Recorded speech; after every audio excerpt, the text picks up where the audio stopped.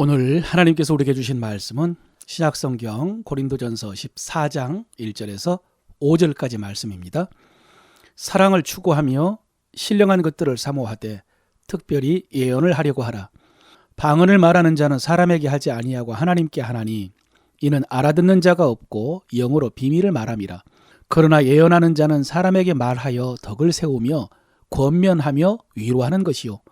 방언을 말하는 자는 자기의 덕을 세우고 예언하는 자는 교회의 덕을 세우나니 나는 너희가 다 방언 말하기를 원하나 특별히 예언하기를 원하노라. 만일 방언을 말하는 자가 통역하여 교회의 덕을 세우지 아니하면 예언하는 자만 못하니라. 아멘. 오늘도 하나님께서 이 말씀을 통해서 여러분에게 하나님의 뜻 가르쳐 주시고 그 말씀을 따라 행함으로 하나님의 뜻을 이루는 여러분 되시기를 바랍니다.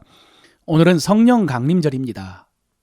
우리 주님께서 십자가에서 죽으시고 부활하시고 40일 동안 제자들과 함께 계시면서 하나님의 나라의 일을 말씀하시다가 하늘로 올라가시면서 이렇게 명령하셨습니다. 직접 한번 읽어보겠습니다. 누가복음 24장 49절입니다. 볼지어다 내가 내 아버지께서 약속하신 것을 너희에게 보내리니 너희는 위로부터 능력으로 입혀질 때까지 이 성에 머물라 하시니라. 이 말씀을 들은 제자들은 예루살렘 성 안에 있는 마가의 다락방에서 오로지 기도에 힘썼는데 10일 정도가 지난 오순절에 드디어 성령이 임하셨습니다. 그래서 이날을 기념하는 절기가 성령 강림절입니다. 여러분, 사람들은 교회 절기 하면은 성탄절과 부활절을 생각합니다. 주일학교 때 여러분 성령 강림절을 제대로 지킨 경험이 있으십니까? 아마 대부분 그렇지 못할 것입니다. 거기에는 여러 가지 요인이 있습니다. 그러나 어쨌든 성령 강림절은 우리 한국교회 안에서 평가절하된 그런 경향이 있습니다. 그런데 여러분, 오순절의 성령 강림은 절대로 작은 사건이 아닙니다. 우리가 하나님에 대해서 신앙을 고백할 때 성부, 성자, 성령, 삼위일체 하나님이다 라고 고백을 합니다. 그래서 성령 강림절은 하나님께서 임하신 사건입니다. 하나님이 움직인 사건입니다. 사람들의 사건이 아닙니다.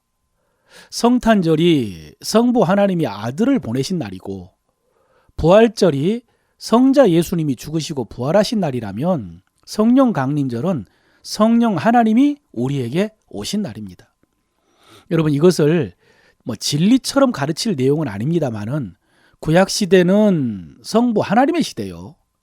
신약의 복음서 시대는 성자 예수님의 시대요. 사도행전부터 오늘까지는 성령 시대입니다. 그러니까 지금은 성령 시대입니다. 앞서 누가복음에서 주님께서 제자들에게 하신 말씀을 사도행전 버전으로 다시 들어보십시다. 사도행전 1장 4절인데요. 사도와 함께 모이사 그들에게 분부하여 이르시되 예루살렘을 떠나지 말고 내게서 들은 바 아버지께서 약속하신 것을 기다리라. 여러분, 단순히 성령에 대한 약속이 아니라 예루살렘을 떠나지 말라는 말씀도 명령입니다. 그러니까 성령 받기 전에는 절대로 떠나서는 안 된다는 말씀이죠. 반드시 성령을 받고 떠나야 한다. 그러니까 성령 강림은 그렇게 중요하고 그것은 오늘날 우리에게도 마찬가지입니다. 정말로 지금은 성령 시대고 우리는 성령 세대입니다. 제가 지난 주일 설교할 때 우리 구원에 대한 개념 중에서 거듭남에 대해서 설명을 했습니다. 구원받은 것은 거듭난 것이다. 거듭나야 천국에 갈 수 있다.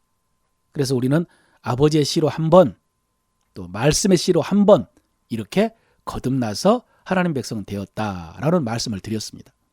그런데 여러분, 그 구원의 개념 중에 성령 받음도 있습니다. 무슨 말이냐? 성령 받아야 구원받은 것입니다.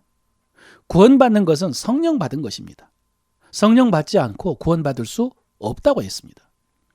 제가 고등부 1학년 때 한참 구원에 확신이 없어서 갈등하고 번민했다고 했죠. 그런데 한 번은 아마 성탄절 이브였던 것 같은데 고등부에서 선물 교환도 하고 또 공동체 훈련도 하면서 선생님께서 살면서 가장 기쁜 순간이 언제였나라는 질문을 한 적이 있습니다. 그때 제가 어떻게 대답했는지를 기억은 안 나는데 제 친구의 대답은 기억이 납니다. 그 친구가요, 방언 받았을 때라고 대답을 했는데 너무 놀랐습니다. 그리고 너무 부럽더라고요. 당시 고등부에 대단한 선배들이 많았는데 그분들이 다 방언을 했습니다. 방언 받으면 성령 받은 것이고요. 성령 받았으면 구원 받은 것인데 선배들은 그렇다 쳐도 제 친구가 방언을 받았다고 하니까 너무 부러웠습니다.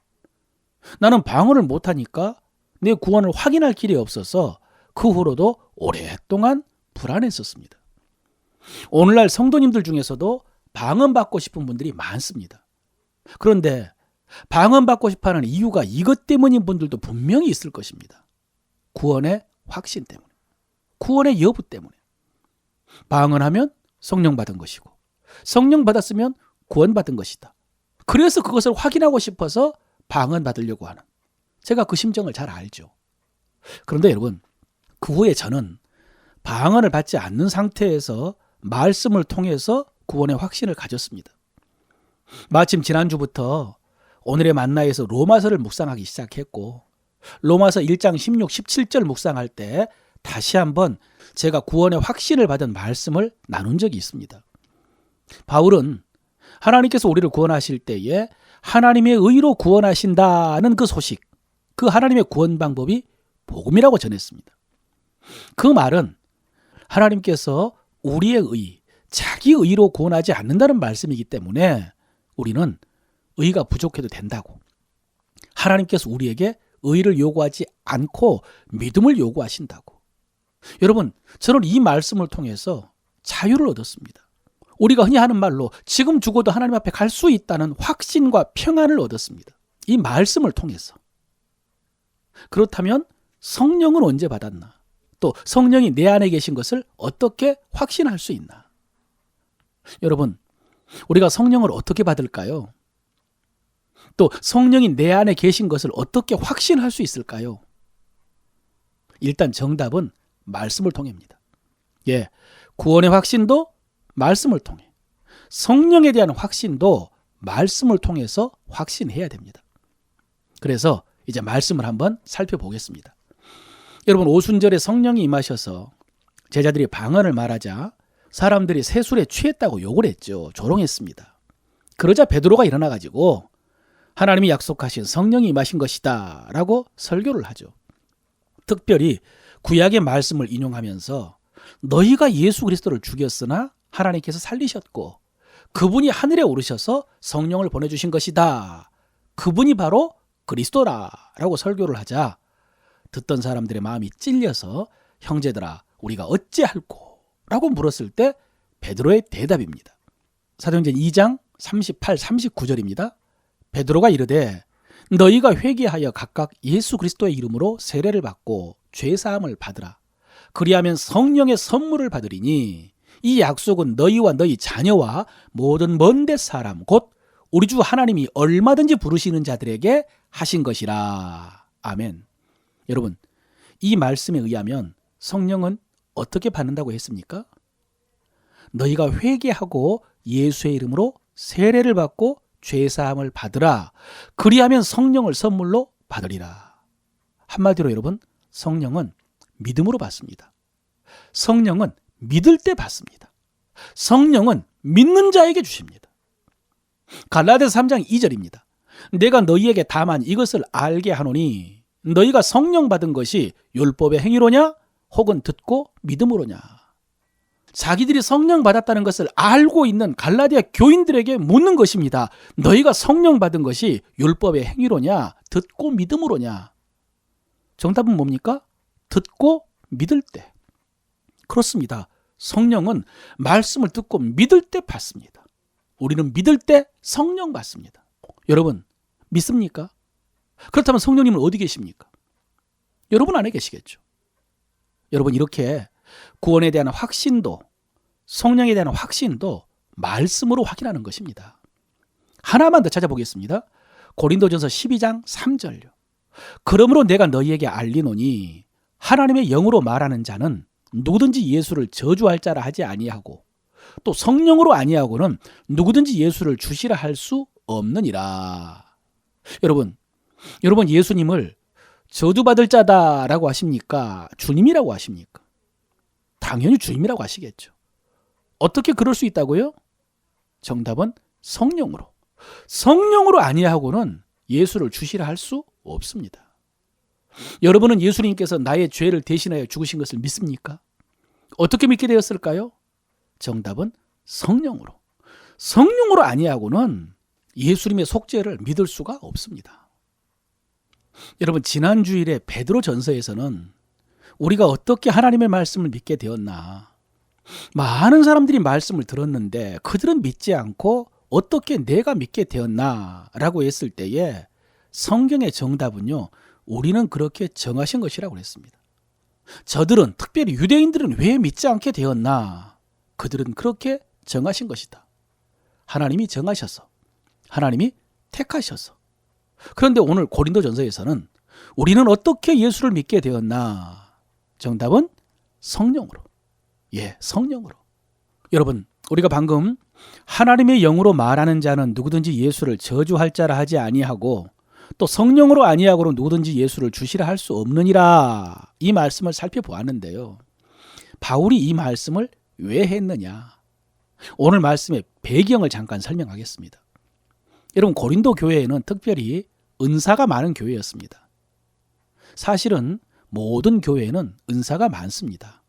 그런데 고린도 교회는 은사 때문에 문제가 많은 교회였습니다. 그 중에서 방언하는 사람들 때문에 갈등이 많았습니다. 여러분, 당시에는 지금처럼 예배가 체계화되지 않을 때라서요.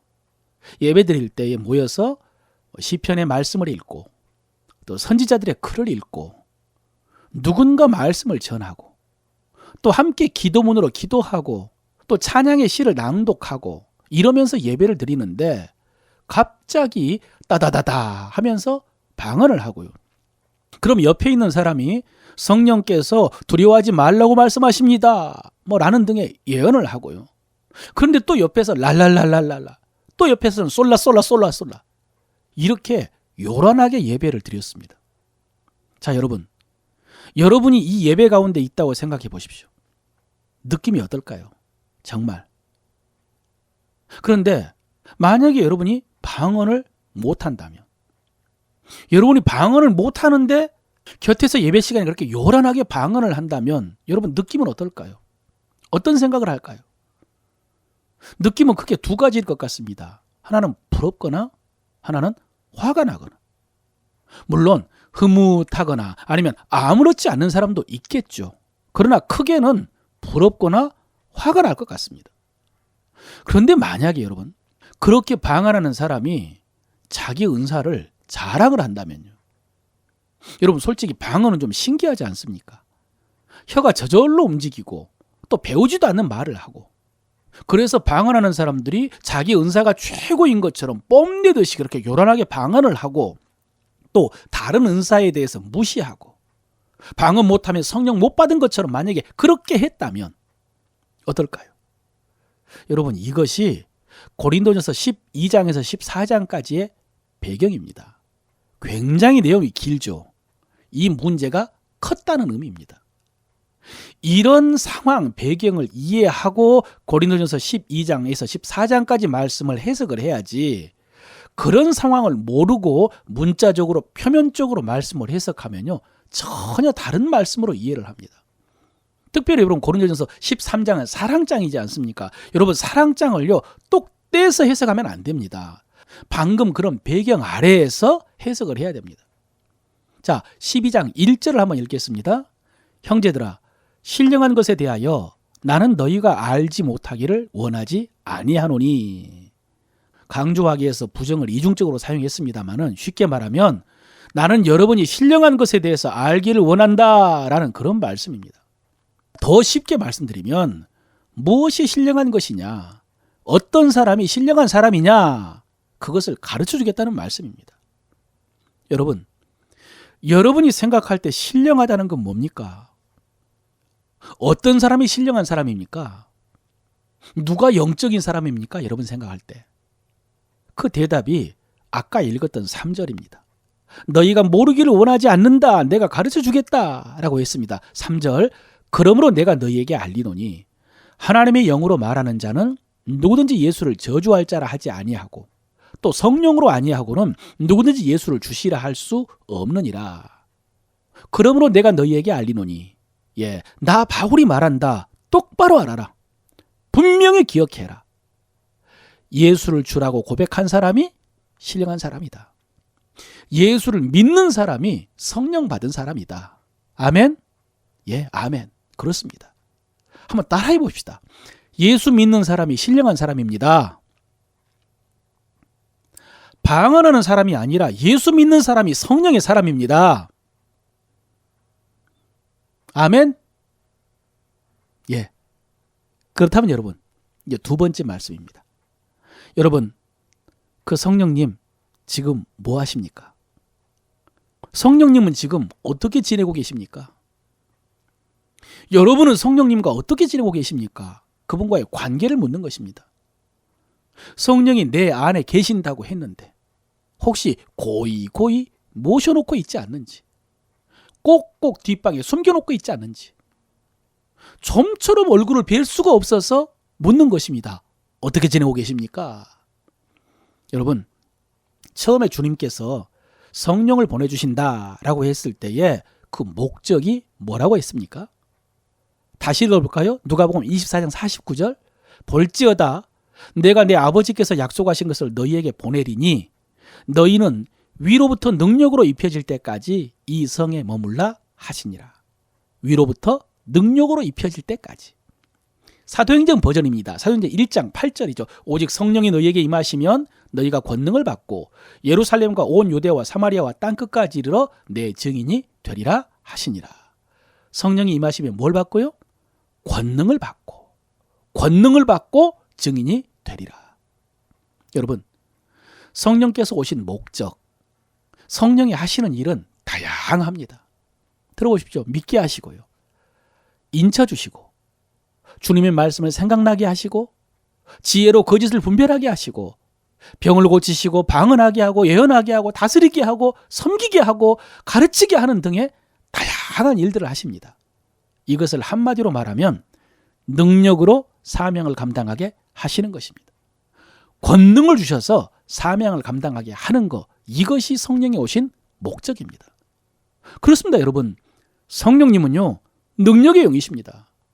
그러므로 우리가 성령 받았다는 것은 구원만 받은 것이 아니라 능력도 받은 것입니다. 성령이 내 안에 계신다는 것은 내 안에 능력이 있다는 것입니다.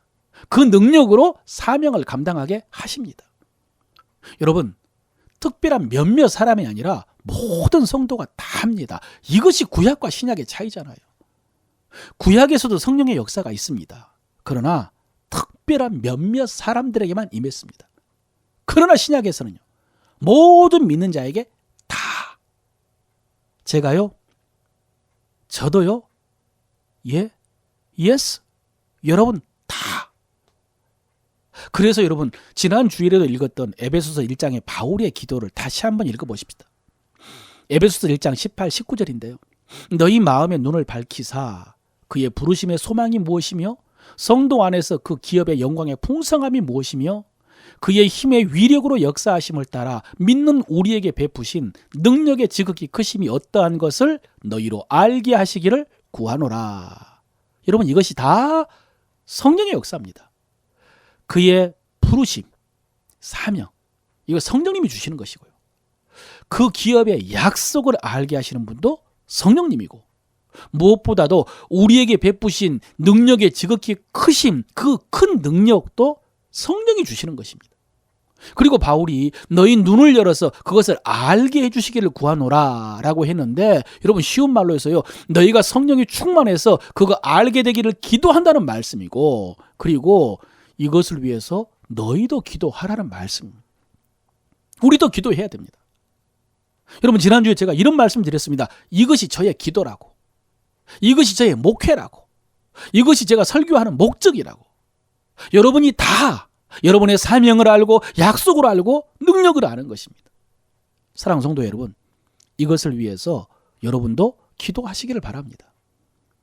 그럼 어떻게 기도할 것이냐? 단도직입적으로 말씀드립니다. 방언으로 기도하십시오. 오늘 14장 1절을 읽겠습니다. 사랑을 추구하며 신령한 것을 사모하되 특별히 예언을 하려고 하라. 오늘 바울은 고린도 교회 성도들에게 특별히 예언을 하려고 하라라고 말했습니다. 그러나 저는 동일한 사랑과 권위로 여러분에게 말씀드립니다. 신령한 것을 구하되 특별히 방언을 하려고 하십시오. 방언을 사모하고 방언으로 기도하십시오. 여러분, 제가 이렇게 말씀드려도 전혀 문제가 없는 것은 아까 말씀드린 것처럼 당시 고린도 교회는 방언을 너무 많이 해서 문제가 생겼지만은 지금 우리는요, 방언을 너무 안 해서 문제가 되기 때문입니다. 당시 고린도 교회에는 말씀을 가르칠 만한 지도자가 많지 않았습니다. 하나님의 말씀으로 가르치고 권면하고 위로할 만한 지도자가 많지 않았기 때문에 예언의 말씀을 통해서 연약한 사람들을 세우고 믿음으로 온전케 하기를 바라는 마음으로 바울이 그렇게 말한 것이고요. 오늘날 우리 교회에는 말씀 전하는 목회자가 있습니다. 전문적인 신학을 공부했고 하나님의 말씀을 공부했고 그것을 전임으로 감당하고 성도들을 목양하는 그런 목회자가 있기 때문에, 그러니까 성도 여러분들에게는 방언을 하라라고 권면을 하는 것입니다. 고린도전서 14장을 읽어보면 여러분, 바울이 방언을 평가절하하고 예언을 강조한다는 것을 알 수가 있습니다. 그런데 그 이유는 방금 말씀드린 것처럼 당시에는 말씀을 가르치는 지도자가 많지 않았고 또 방언하는 사람들이 예배 시간에 무질서하고 교만하게 방언을 했기 때문입니다. 그런데 오늘날에는 예배에 질서가 있고요. 예배 시간에 방언하는 사람 없습니다. 저도 예배 시간에 방언하라는 것이 아니라 개인기도 시간에 방언하라는 말씀입니다. 4절 읽어볼까요? 14장 4절. 방언을 말하는 자는 자기의 덕을 세우고 예언하는 자는 교회의 덕을 세우나니. 여러분, 여기서 예언은 장래에 일어난 일에 관한 말씀일 뿐만 아니라 그것도 포함하지만 폭넓게 사람들을 위로하고 격려하며 세워주는 하나님의 말씀입니다. 이것이 예언입니다. 그래서 여러분, 예언은요, 사람들에게 유익합니다. 사람들에게 도움이 됩니다. 반면에 방언은 사람들이 알아듣지를 못합니다. 방언하는 자기도 무슨 말인지 모르고 하나님께 말하는 것입니다. 그래서 다른 사람에게 아무런 유익을 주지를 못합니다. 그래서 바울이 통역하지 않으면은 방언이 예언만 못하다라고 하는 것입니다. 교회의 덕을 끼치는 측면에서, 다른 사람을 유익하게 하는 그 사랑의 측면에서 예언을 하라라고 하는 것입니다. 그런데 여러분, 방금 읽은 말씀처럼 방언은 자기 덕을 세웁니다. 다른 사람도 알아듣지를 못하고 자기도 알아듣지를 못하지만은 여러분, 방언은 자기 영혼에 유익합니다. 그래서 제가 여러분들에게 방언을 하라는 것입니다. 여러분의 영혼에 유익하게. 여러분, 여러분에게 유익한 말씀은 제가 전하겠습니다. 여러분이 다른 사람에게 권면할 말씀도 제가 더 깊이 묵상해서 전하겠습니다. 매일 오늘의 만나를 묵상할 때요, 더 깊이 기도해서 여러분 속에 그 말씀이 살아있게 하고, 그래서 여러분이 전도 대상자나 여러분 가족이나 주변 사람들에게 전할 수 있도록 하겠습니다. 여러분이 그 말씀이 생각나도록 하겠습니다. 그러니 여러분은 여러분의 영혼을 위해서 방언을 하십시오. 그래서 여러분의 영혼이 더 강해지십시오. 방언을 하면서 여러분이 더 신령한 사람이 되십시오. 방언을 하면서 성령이 충만해져 가지고 여러분의 은사도 알고 여러분이 사역할 때 능력이 나타나게 하십시오. 신령한 것을 구하되 방언을 하려고 하십시오. 제가 이렇게 말씀드리면 이런 질문을 하시는 분이 있을 수 있습니다. 목사님, 다 방언할 수 있는 것은 아니지 않습니까? 예, 그렇습니다. 고린도전서 12장에 보면요, 다 방언을 말하는 자이겠느냐라는 말씀이 있습니다. 다 병 고치는 자에게 있느냐, 다 통역하는 자에게 있느냐. 예, 근데 여러분, 이 말씀은 은사의 다양성과 통일성을 말하는 말씀입니다. 은사는 여러 종류가 있고 그 다양한 은사를 통해서 교회가 세워져야 한다라는 의미에서 그렇게 말씀한 것입니다. 그러나 어쨌든 여러분, 이 말씀을 부인할 수가 없기 때문에 이론적으로는요, 모든 성도가 다 방언 말할 수 있는 것은 아닙니다. 그러나 성경에도 성도들이 성령이 충만할 때 대부분 방언을 했습니다. 가장 보편적으로 나타나는 성령 충만의 현상이 방언을 말하는 것이었습니다. 방언을 말할 때에 성령이 임했다는 것을 알 수가 있었습니다. 그리고 오늘날에 현실적으로 여러분, 원하고 노력하는 성도는 다 방언을 합니다. 노력하는 성도는. 그럼 방언받기 위해서 어떻게 해야 되나? 방언하기 위해서 방금 말씀에서 먼저는 예수 그리스도를 믿어야 되겠죠. 그리고 그 믿음으로 내 안에 성령 계시다는 것을 확신해야 되겠죠. 그 다음에 방금 말씀에 신령한 것을 사모하라고 했습니다. 예, 방언하기를 사모하십시오. 여러분 외면하지 마시고요. 무관심하지 마시고요. 부정하지 마시고 사모하십시오. 그리고 사도행전 1장 14절입니다. 여자들과 예수의 어머니 마리아와 예수의 아우들과 더불어 마음을 같이하여 오로지 기도에 힘쓰더라. 오순절 성령 강림 전에 초대교회 성도들이 이렇게 했습니다. 더불어서 마음을 같이하여 오로지 기도에 힘썼다. 오로지 프로스 카르테레오, 버티면서 꾸준히 기도하는데 전념했습니다. 여러분 그렇습니다. 성령 충만, 은사 충만, 능력 충만은 기도와 뗄래야 뗄 수가 없습니다. 기도해야 성령 충만할 수 있습니다. 기도해야 방언 받을 수 있습니다. 현실적으로 여러분 기도에 나와야 됩니다. 기도회. 집에서 혼자 기도하다가 방언할 수 있습니다. 물론. 그러나 어렵습니다. 기도에 나와서 수련회 나와가지고 함께 뜨겁게 기도하는 가운데 자연스럽게 방언을 하게 됩니다. 자, 설교를 마무리하겠습니다. 여러분 오늘 설교하진 않았지만은 모든 것은 여기서 시작합니다. 우리는 하나님의 나라를 세워야 됩니다. 주님이 회복한 하나님의 나라의 사자로서 마귀 권세를 무너뜨리고 하나님의 나라를 세워야 됩니다. 우리는 처음부터 다스리는 자로 지음을 받았고요. 지금도 다스려야 됩니다. 가장 먼저 내 몸과 마음을 쳐서 하나님께 복종하게 해야 되고요. 우리 가정이 천국처럼 되도록 다스려야 되고 또 우리가 보냄받은 세상에서 사람들에게 하나님의 사랑과 복음이 증거되도록 다스려야 됩니다. 마귀의 반대와 저항이 많거든요. 다스려야 됩니다.